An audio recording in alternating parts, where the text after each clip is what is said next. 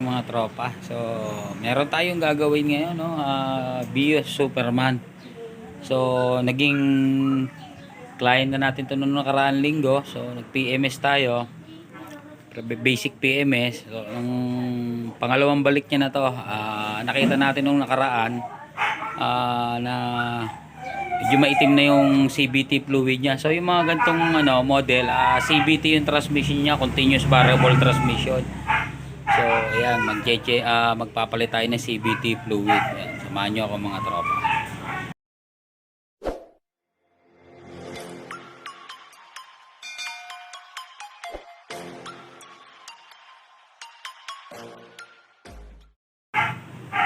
Ayan mga tropa. So, kapag CVT ang transmission natin, so gagamitan natin ng CVT fluid, no? Hindi pare-parehas yan.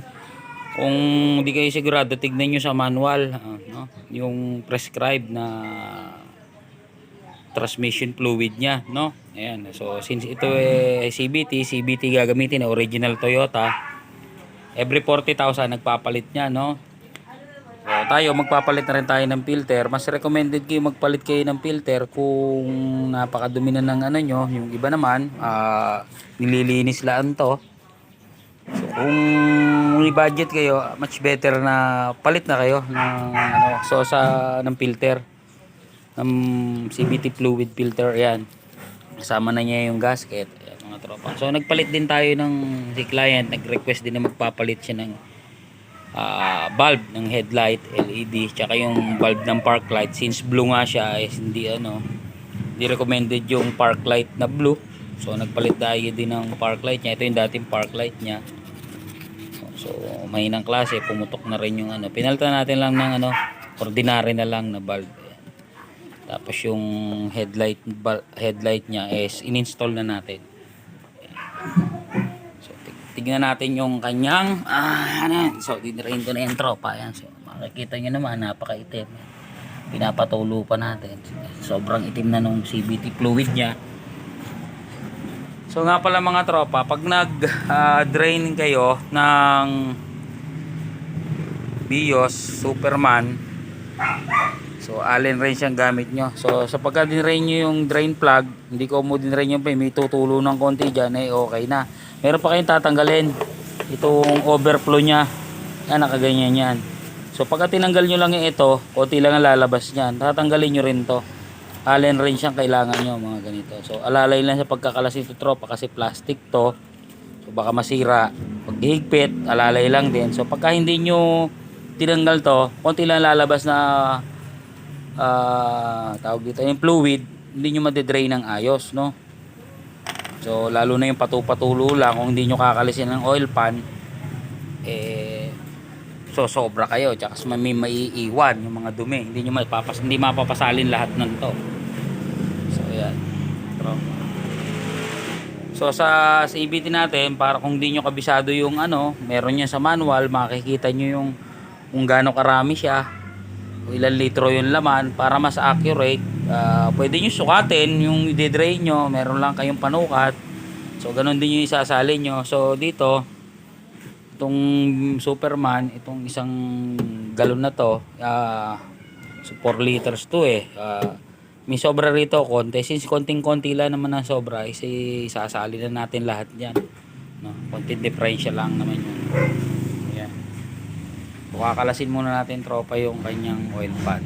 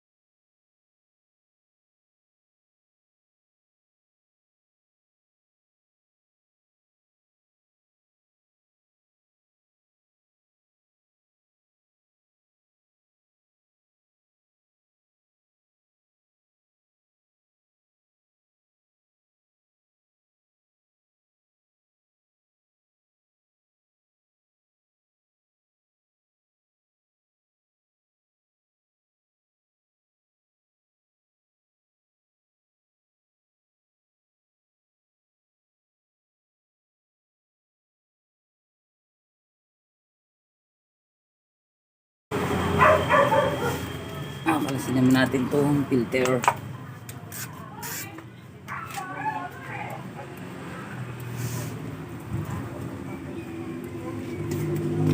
Sares, pera mo ko niya. Hindi daw. Pera muna ako.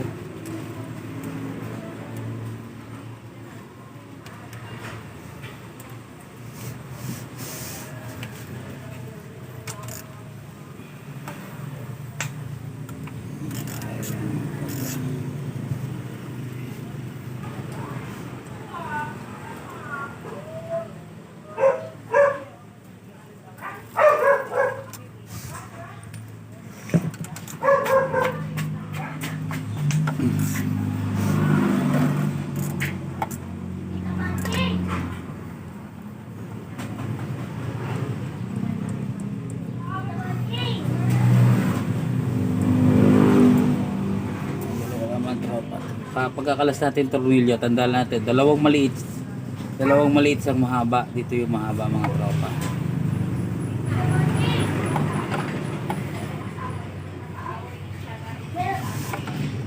Meron pantahan dyan. Meron pa.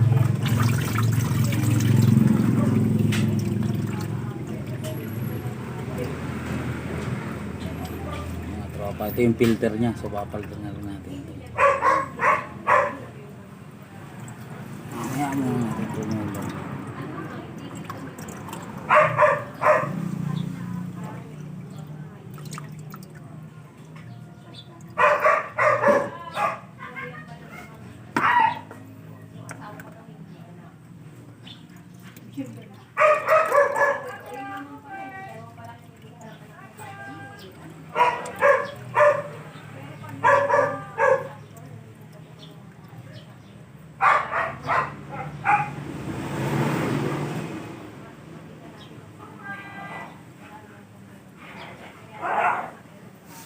Ayan tropa, dito yung dalawang tornilyong maigsi, dito yung mahaba, no? Ayan, lilinisan din natin yung patutuloy-tuloyin natin. Ano natin?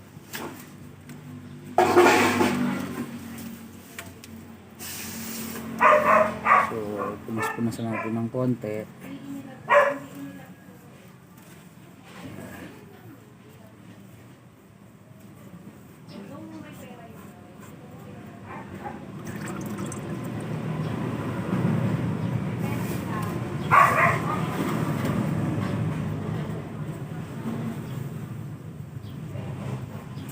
Tumulo. Kasi ito yung oil seal niya, meron siya oil seal dito. So meron naman dito tropa kasama sa ano, papalitan natin.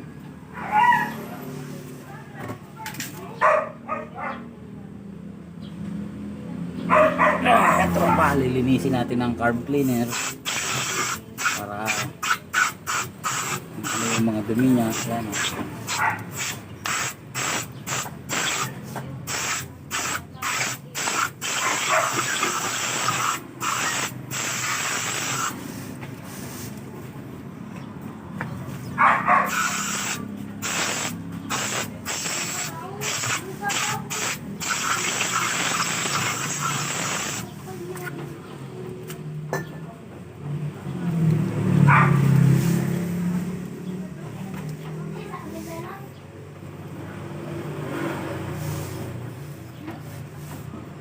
Punas-punasan natin. Yan mga tropa.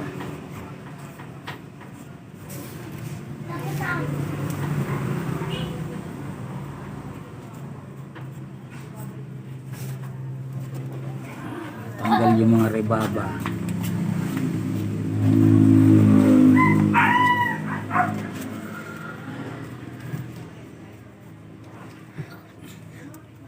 Ingatan nyo lang tropa itong mga wire na to pag pupunas kasi maliliit, baka malagot pag ginaltak nyo punas. Ayan. Lalay lang, dampi lang yan mga tropa, sure na malinis. Ayan. Kaya natin muna siyang tumulo ng ayos. Ano, dumi, di ba? So kailangan mas mainam talaga yung tinatanggal natin yung oil pad. So yan yung dumi-dumi niya, oh. So kaya yung magnet na yan, linisin din natin, kakalasin natin. Diyan kasi nakikita yung mga rebaba. Kasi muna natin yung magnet. natin sa isang tabi. Linisin ko. Pag meron mo, punasan ko muna siya. Punasan ko muna yung mga baba talaga. So yung gasket, tatanggalin din natin. Filter ko muna, linisin ko lang.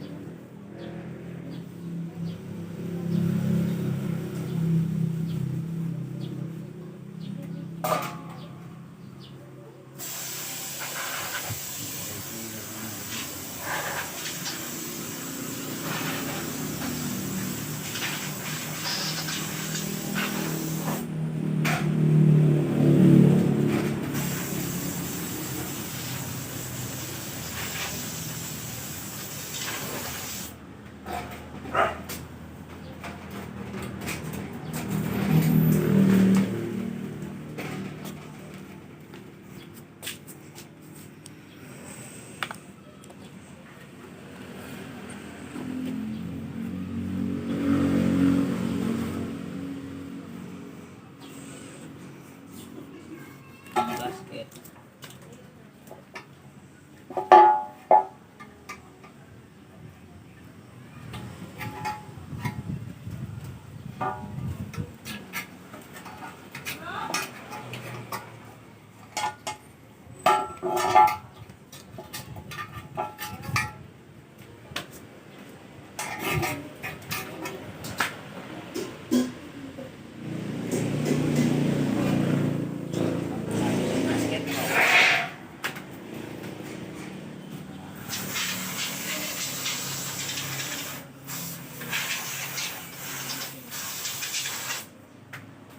So, pwede naman kayo tropang gumamit dito ng gasolina o kaya cleaning materials na degreaser bago sabunin. Diba? So, kasi meron ako natirang brake cleaner. Brake cleaner na lang yun ako meron kasi akong stock pa. Natatabi yung brake cleaner kaya yun ang ginagawa. So, medyo nagtitipid-tipid kayo, pwede naman kayong gumamit ng gasolina. Degreaser, babanlawan na lang. Kaya nga lang, make sure na tuyo bago ikabit mga tropa. Kapag kinabit natin mga tropa to, lalagyan natin ng Ketagray, sealant. Huwag natin kakalimutan. I-ayos natin lagay, no? Para pag kinabit natin, sure na walang tagas.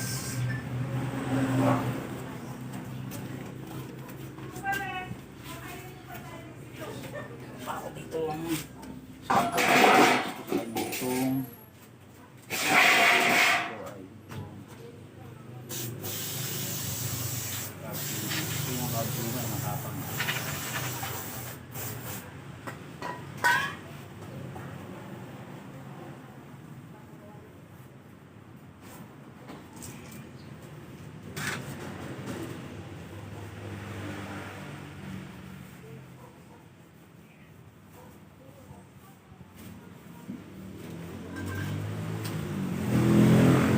Mga tropa, nalinis na rin natin yung pan, tapos yung magnet. So ikabit lang natin ng ganito. So kasi siya yung na ano yung mga riba-riba ba sa kanya natikit. So much better na rin na lilinisin natin tong ano, isusuksok natin dito tong overflow drain plug para kita bago natin ikabit. Tapos tamang lapat lang kasi plastic lang to, baka masira nyo. Ikabit na, tapos lagyan ng gas ng sealant tong ano, spatong ng gasket, sealant ulit. Yan. So bago nyo ilapat nga pala yung sealant, pakunat-kunatin nyo ng konti yung patigas, bagyang tumigis lang ng bagya. Kasi pagka masyado pa siya malambot na ikinabit nyo, papasok yan sa loob. Tsaka taman, yung katamtaman lang ang lagay para hindi siya bumararo sa loob.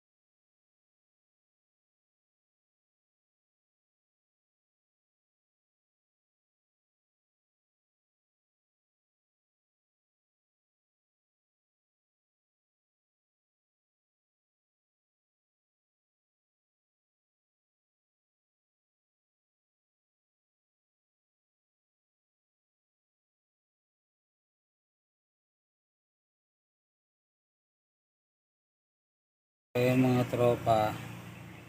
Ayan, kung makikita nyo, meron siyang butas doon sa ibabaw ng transmission. Doon tayo magsasalin. So, ang plug niya is ito. Gumamit tayo ng imbudo tsaka hose. Sasalinan natin siya. Kung kayo naman na may lifter, meron din siyang fill plug sa gilid.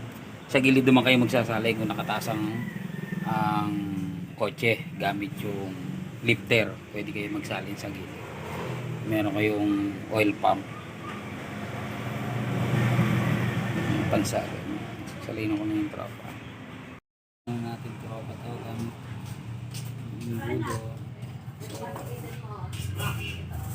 Pusin natin to tropa. Dito sa isang galon na to, may sobra rito o konti.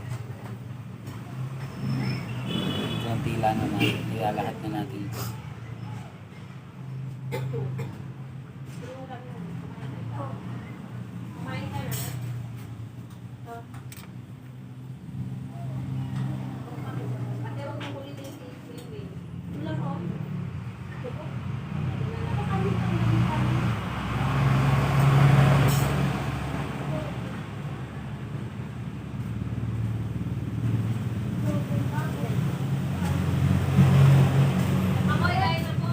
Sige. Pusin ko lang.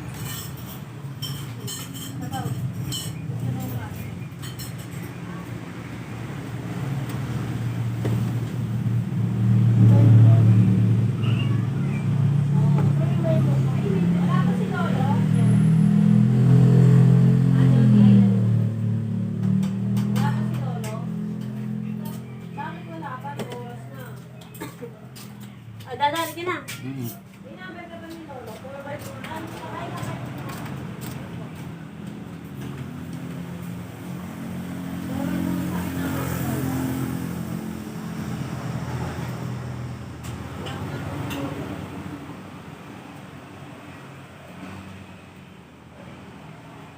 Sakali mo nga. Sabi mo wala pa. Wala pa.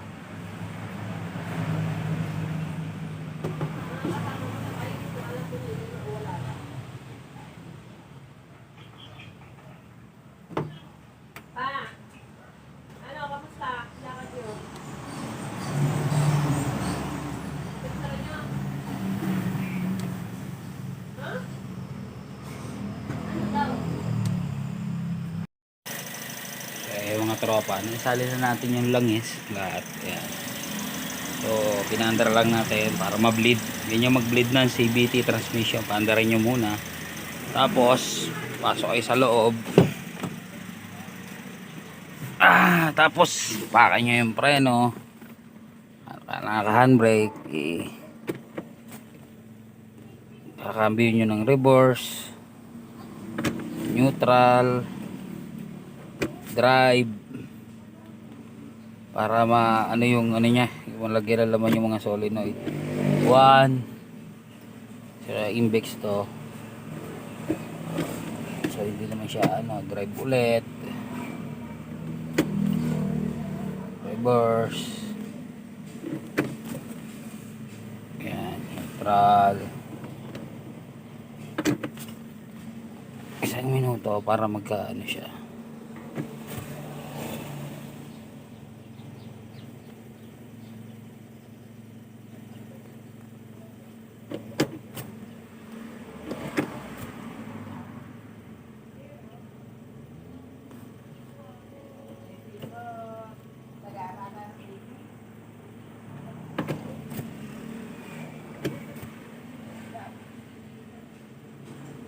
Kalma niya mga niya.